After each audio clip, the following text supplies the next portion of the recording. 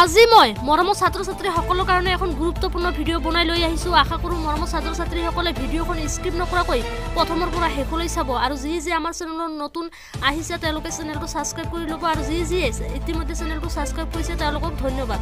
তো আৰম্ভ কৰিছো আজিৰ ভিডিঅ'খন। 20 ফেব্ৰুৱাৰীৰ পৰা উচ্চতৰ মাধ্যমিক চূড়ান্ত পৰীক্ষা। উচ্চতৰ মাধ্যমিক চূড়ান্ত পৰীক্ষা অহা 20 ফেব্ৰুৱাৰীৰ পৰা অনুষ্ঠিত হ'ব। অসম উচ্চতৰ মাধ্যমিক শিক্ষা সংসদে আজি ঘোষণা কৰা সূচী অনুসৰি সম্পূৰ্ণ এমাহ চলিব উচ্চতৰ মাধ্যমিক পৰীক্ষা। ছাত্ৰ ছাত্ৰীসকলৰ বাবে খুবেই গুৰুত্বপূৰ্ণ ভিডিঅ' লৈ আহিছোঁ। 20 ফেব্ৰুৱাৰীৰ পৰা উচ্চতৰ পৰীক্ষা। উচ্চতৰ মাধ্যমিকৰ তিনিটা শাখাৰ এই পৰীক্ষা 20 ফেব্ৰুৱাৰীত আৰম্ভ হৈ 20 মাৰ্চত অন্ত পৰিব। আগবেলাৰ পৰীক্ষা পুৱা 9 বজাৰ পৰা দুপৰীয়া 12 বজালৈ চলিব। ইফালে পিছবেলাৰ পৰীক্ষা দিনৰ 1:30 বজাৰ পৰা বিয়লি 4:30 বজালৈ চলিব। ব্যৱহাৰিক পৰীক্ষাসমূহ অনুষ্ঠিত হ'ব অহা 25 জানুৱাৰীৰ পৰা 15 ফেব্ৰুৱাৰীৰ ভিতৰত। আজি শিক্ষা সংসদৰ পৰীক্ষা নিয়ন্ত্ৰণকে জাৰি কৰা সম্পূৰ্ণ পৰীক্ষাসূচীত এই কথা উল্লেখ আছে।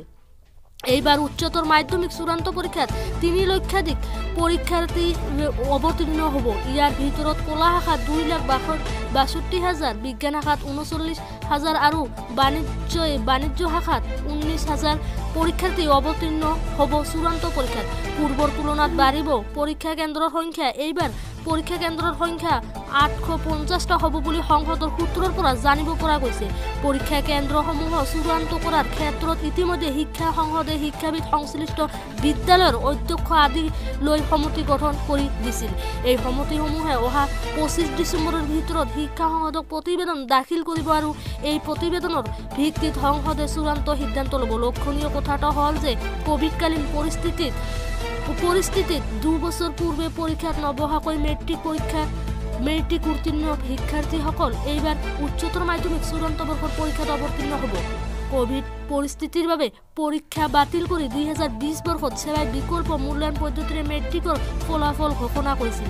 আনহাতে 2021 বৰ্ষৰ উচ্চতৰ মাধ্যমিকৰ প্ৰথম বৰ্ষৰ শিক্ষাৰ্থীসকল পৰীক্ষা অবিহনে উত্তীৰ্ণ কৰাই দিছিল সংসদে। বিকল্প মূল্যায়ন পদ্ধতিত উক্ত বৰ্ষত অধিক সংখ্যক ছাত্ৰ ছাত্ৰী উত্তীৰ্ণ হৈছিল।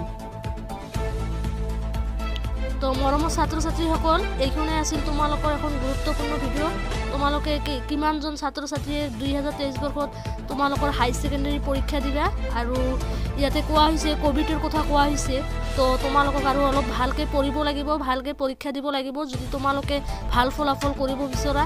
আৰু ইয়াতে মুঠ কিমান ছাত্ৰ ছাত্ৰী এইবাৰ পৰীক্ষা দিব, তোমাৰ 3টা শাখাৰ ভিতৰত কলা শাখাত কিমান, বিজ্ঞান শাখাত কিমান, বাণিজ্যিক শাখাত কিমান, লগতে তোমালোকৰ পৰীক্ষা কেতিয়াৰ পৰা কেতিয়ালৈ হ'ব আৰু সময়খিনিও কোৱা হৈছে যে কেতিয়া তোমালোকৰ পৰীক্ষা আৰম্ভ হ'ব আৰু কেতিয়া শেষ পাব।